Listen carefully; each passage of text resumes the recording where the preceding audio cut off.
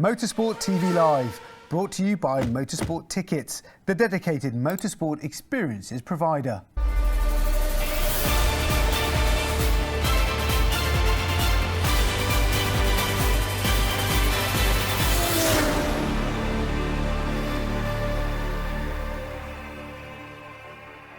Hello and welcome to Motorsport TV Live. I'm Diana Binks with all the latest news from the world of motorsport.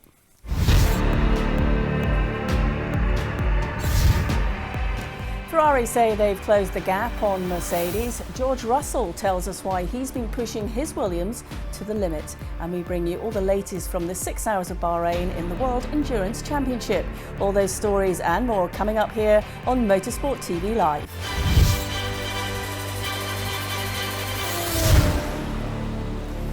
Ferrari F1 team boss Matteo Binotto believes the gap between their power unit and Mercedes engines is not so dramatic after the Italian squad's latest upgrade.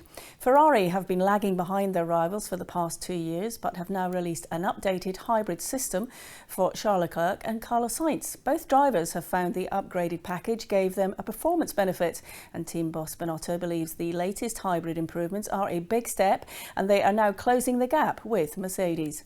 Ferrari's extra horsepower might also prove key in the team's effort to beat McLaren for third place in the Constructors' Championship.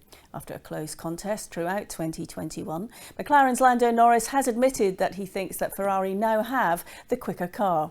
The next instalment of that battle will take place at the Mexican Grand Prix next weekend.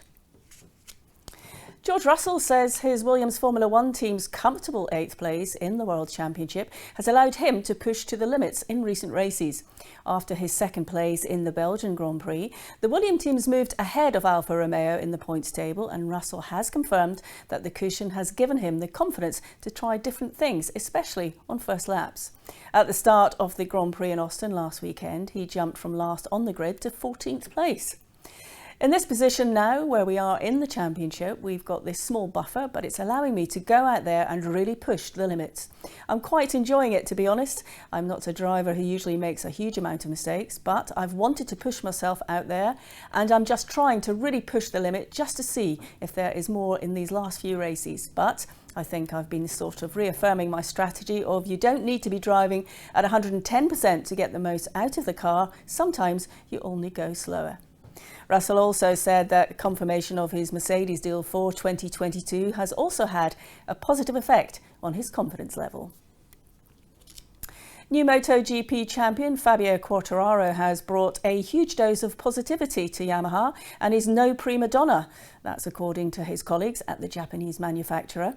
Quartararo secured his first MotoGP title at the Emilia-Romagna Grand Prix at Misano after championship rival Francesco Bagnaya's crash made it mathematically impossible for the Ducati rider to stay in the battle. As a result, Quartararo became the first French Grand Prix motorcycle champion, completing the feat in only his third season in the top tier. Yamaha principal Lynn Jarvis has been full of praise for the new champion. Personality is one of his strengths. He's a good kid with the ability to go very fast on a bike, as well as being aggressive at the right times. But combined with that, he also brings a huge dose of positivity. Some riders need an enemy to perform at their best, to empower themselves and try to destroy the rivals, but Fabio doesn't. He doesn't need enemies, he needs rivals to compete against, and I think that's why he's so popular even amongst his opponents. The MotoGP season continues with the Algarve Grand Prix next weekend. Now, don't go anywhere. We've got lots more news from the world of motorsport coming up here on Motorsport TV Live. Red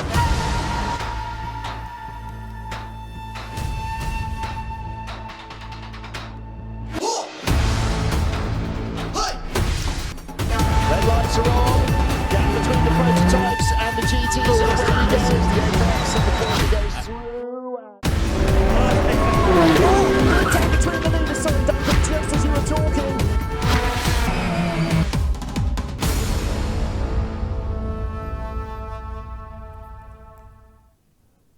The World Endurance Championship from Bahrain there, and that is part of an exciting schedule of live motorsport that is taking place this weekend on Motorsport TV.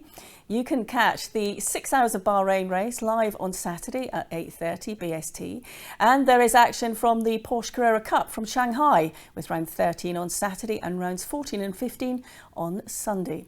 And the Formula Regional European Championship from Monza is also live, starting at 1:15 BST on Saturday, race 2 on Sunday, and that starts at 11 AM. Qualifying from Bahrain has just finished in the last few minutes, and Brendan Hartley beat Kamui Kobayashi to pole in a Toyota 1-2. Hartley beat the sister number 7 hybrid by just under 0.4 of a second to score the first pole for the number 8 crew since the second round of the season at Portimao. Alpine finished nearly a second down on the lead Toyota after Andre Nigro's quickest time was deleted for a track limits infringement. Tom Lundqvist remained the benchmark in the LMP2 class as he set the pace in the Jota Oreca. However, Jota was denied a 1-2 following a late lap from Felipe Albuquerque in the United Autosports car. Porsche locked out the front row in the GTE Pro class, with Kevin Estre quickest in the 911 GTE-R, leading the sister car driven by Gian Maria Brune. Ferrari qualified a second off the pace following a pre-race balance of performance adjustment, with Daniel Serra the quickest of the 2 AF Corsa cars in third place. Following a disappointing first season of Indy Lights, the 2020 Indy Pro 2000 champion Stingray Robb will move from Juncos Racing to Andretti Autosport for 2022. Talking to the media, he said, "I saw tremendous growth as a driver this past season, and I'm anticipating using all those tools as I move forward with the Andretti Autosport team. As I team up with Andretti, I am confident that the Indy Lights Championship is an achievable goal. A huge thank you to everyone at Andretti Autosport for believing in my ability and talent." Robb's first outing with Michael Andretti's squad will come this weekend at the Chris Griffiths Memorial Test on the road course at the Indianapolis Motor Speedway. Anton de Pasquale completed a practice clean sweep at Sydney Motorsport Park by topping the half-hour night session. Conditions were significantly cooler than during the earlier session, with times almost immediately eclipsing de Pasquale's practice 1 benchmark. Within 5 minutes, Nick Percat became the first driver to break the 1:30 mark for Brad Jones Racing. At the 10-minute mark, the Red Bull Holdens took over at the top. Jamie Whincup was edged by Shane van Gisbergen's 1:29.449 seconds.